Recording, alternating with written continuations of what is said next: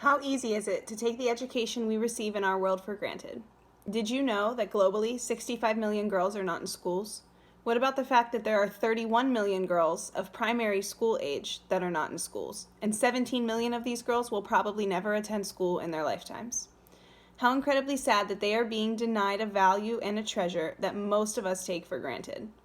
In my social justice book titled Ruby's Wish by Shirin Yim Bridges, we fall in love with a young Chinese girl named Ruby who does not want to marry, but instead would like to attend a university and get an education. This book is inspired by the life of the author's grandmother and tells the tale of a determined young girl and a large family that rewards her independent spirit. This book begins with a grandfather who had recently returned from the Gold Mountain, which is what the Chinese called California, more specifically the Gold Rush. He came back extremely rich, so he did what most rich men would do. He married many wives. From there, his family spread rapidly, with sons marrying and having children of their own. One of those children was named Ruby, who coincidentally loved the color red. And just as a cultural tidbit, the color red signifies celebration.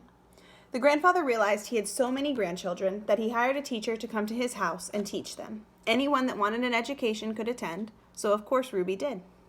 Ruby excelled in school, and among her cousins and siblings was able to write the best calligraphy. But there is a compelling part in this story that was very touching to me and my students that I will read aloud now.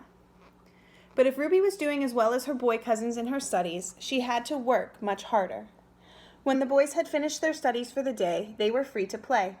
But the girls had to learn about cooking and keeping house. In fact, as far as the mothers were concerned, these were the only things girls had to learn. One by one, the girls stopped going to the classes, all except Ruby.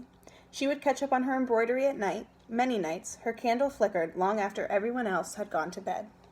This section is so compelling to me because it shows Ruby's drive and her appreciation of the education she is being given. She knows it is a gift, and she realizes most young girls her age have already stopped attending school, but not Ruby. She knows the value in it and continues to pursue it. The climax for the reader in this story is when Ruby writes a poem in school saying, "Alas, bad luck to be born a girl, worse luck to be born in this house where only boys are cared for."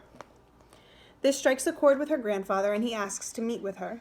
They discuss what she means in her poem, but the most touching moment is when she says to her grandfather, "The boys will go to university, while the girls will be married." She expresses to her grandfather that she would much rather go to university than be married. The grandfather then tells her to make the most of her lessons while she can. Ruby then carries on her days continuing her lessons, just waiting until she leaves the house to be married.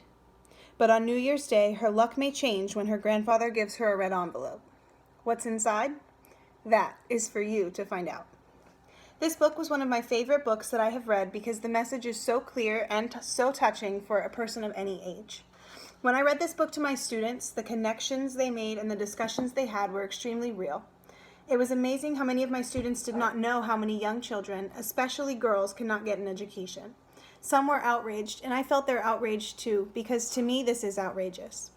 This book made me look at education in a different light and think of how truly lucky I am to be going for my master's degree when there are women that are never even taught to write their name. Taking my education for granted and complaining about the work is something that I do far too often, but after reading this story, I want to take it all back. Education should be given freely to all, and it isn't, and that is a terrible shame. I highly recommend this book, not only for its content, but its diversity of culture and beautiful illustrations as you read. Please do not take your education for granted.